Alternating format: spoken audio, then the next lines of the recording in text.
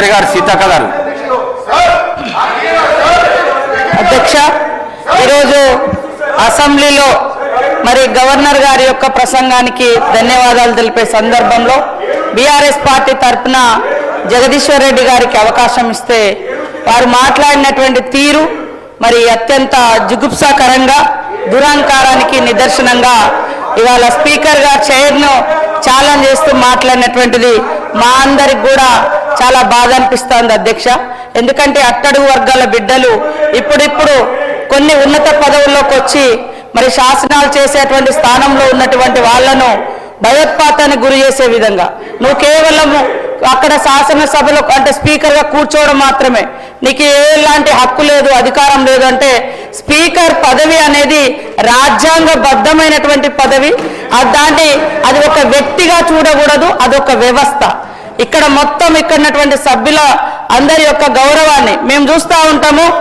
ఎప్పుడు నిరంతరం మీరు ఎక్కువ అటే చూస్తూ ఉంటారు, వాళ్ళకి ప్రతి అవకాశం. ఈ రోజు కూడా తలసాని శ్రీనివాస్ యాదవ్ గారు ఏ హోదాలో మాట్లాడారు కానీ మిశ్రము కాబట్టి ఈ రోజు సభ్యుడు ఎవరైతే మాట్లాడినరో అది నిజంగా అత్యంత అవమానకరంగా మాట్లాడినరు. అంటే ఈ రోజు ఎట్లా ఉందంటే కొన్ని వర్గాలకు కొన్ని కుటుంబాలకు కొంతమందికే గౌరవము, మిగతా వాళ్ళకి ఎవరికి ఆ గౌరవం దక్కకూడదని ఏకవచనం కాకుండా నీకు నీకు నీకు అని మాట్లాడిండ్రు. మా దగ్గర విజువల్స్ ఉన్నాయి, అవన్నీ కూడా సభ ముందు పెట్టడానికి ఎప్పుడైనా సిద్ధం. కాబట్టి ఖచ్చితంగా ఒక దళిత జాతి బిడ్డగా మరి ఒక అత్యున్నత స్థానంలో కూర్చోవడాన్ని వాళ్ళు జీర్ణించుకోలేకపోతున్నారు.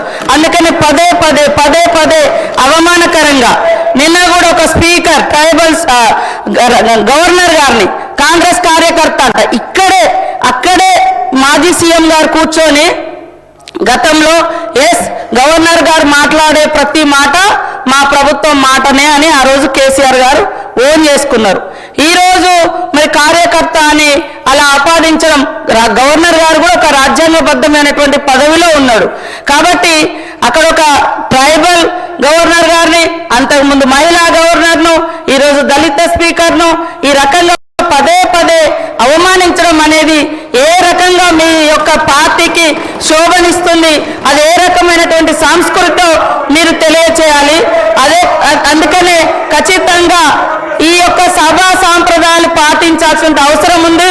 మీరు అధికారంలో ఉన్నప్పుడు అనేక రూల్స్ తీసుకొచ్చి మేము కనీసం ఒక ఏదైనా పేపర్ కూడా పట్టుకొని నిరసన కూడా తెలియజేయడానికి లేకుండా చేశారు, కనీసం పోడియం దగ్గర కూడా రానియకుండా చేశారు.